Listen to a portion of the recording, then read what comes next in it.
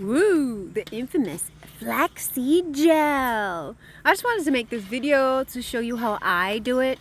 The way I do it limits or minimize the amount of flakes.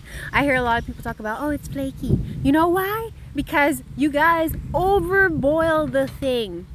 Really, you just have to get it to almost boiling point, but not where it's like completely like bubbling up like crazy. And let it sit there just, simmering. And whenever you see like white stuff on the top, scrape it off. Okay, I'm gonna show you later on. Just showing you all the tools I'll be using to accomplish my flaxseed gel situation.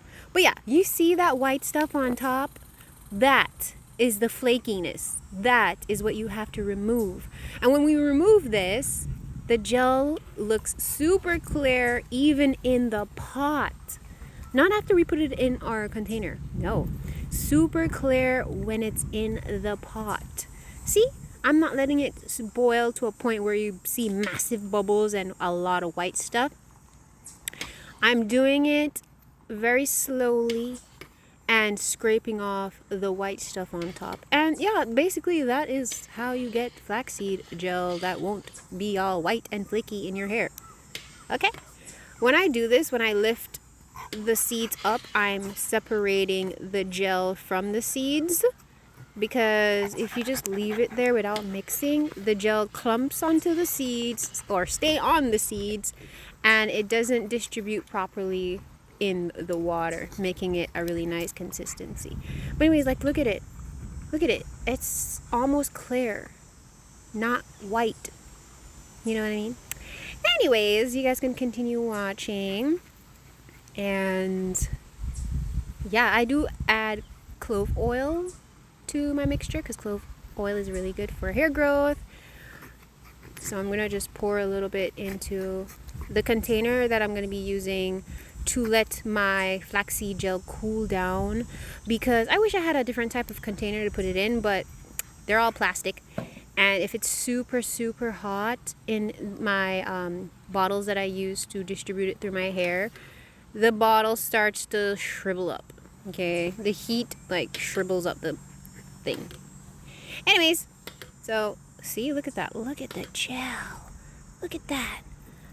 Ooh, nice. It is ready right now. And key. Very much key. Look at that. We don't want that happening. Okay. Anyways, key. That means I boiled it for too long. But anyways, key. When you're straining it, so you don't have to use a cheesecloth or anything, when you're straining it, make sure it comes right off the stove when it's super hot. When it's, almost at boiling temperature, then you'll get it to strain really easily. So right off the stove, empty it, and voila. You see that? Look at it. Just running out. And if it cools down just a little bit, it's going to be harder to go through the strainer. So I like to wash my strainer to get rid of the more thick gel that's like clogging the holes in my strainer. And then I go ahead and pour some more. But I put the pot back on the stove to make sure it stays hot. Make sure it stays at the boiling temperature. Anyways, yeah, I think you guys can just watch the video and it's self-explanatory. I'm putting this away because I thought I was going to make butter. But anyways, I thought I could get more gel, which I did. So I added more water and just, continued stirring to separate the gel from the seeds. And I got more gel.